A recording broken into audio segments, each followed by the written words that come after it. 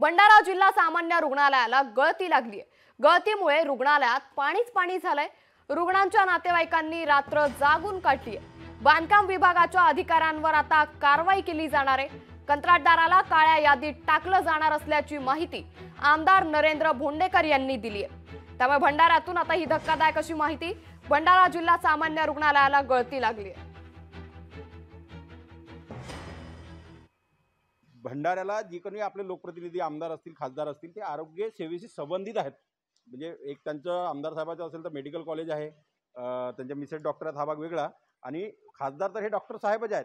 मग ह्या भंडाऱ्यासाठी शासन जर करोडो रुपये खर्च करत असेल आरोग्याच्या याच्यावर विषयावर, तर कधी या जिल्ह्यातल्या लोकांना आरोग्य सेवा चांगली मिळणार आहे की नाही आहे। आणि ज्यांनी या बिल्डिंगचं निकृष्ट काम केलं असेल, ज्या इंजिनियरनं याचं एमबी रेकॉर्ड केलं असेल, ज्यांच्या देखरेखीत हा काम झालं असेल, त्याच्यावर कारवाई होणार की नाही होणार, या बिल्डिंगची चौकशी होणार की नाही होणार, हा प्रश्न आम्हाला या माध्यमातून शासनाला विचारायचा। जर कॉन्ट्रॅक्टरची चुकी असेल तर त्याच्या आपण कुठेही समर्थन किंवा कुठेही त्याच्यावरती वाचवण्याचा काही प्रयत्न करणार नाही आणि त्याच्यावरती ब्लॅकलिस्टची गरज पडते ब्लॅकलिस्ट करू आपण। परंतु ते हे सगळं कारवाईचा विषय असताना पहिले रुग्णांना त्रास होऊ नये याची काय व्यवस्था करता येईल।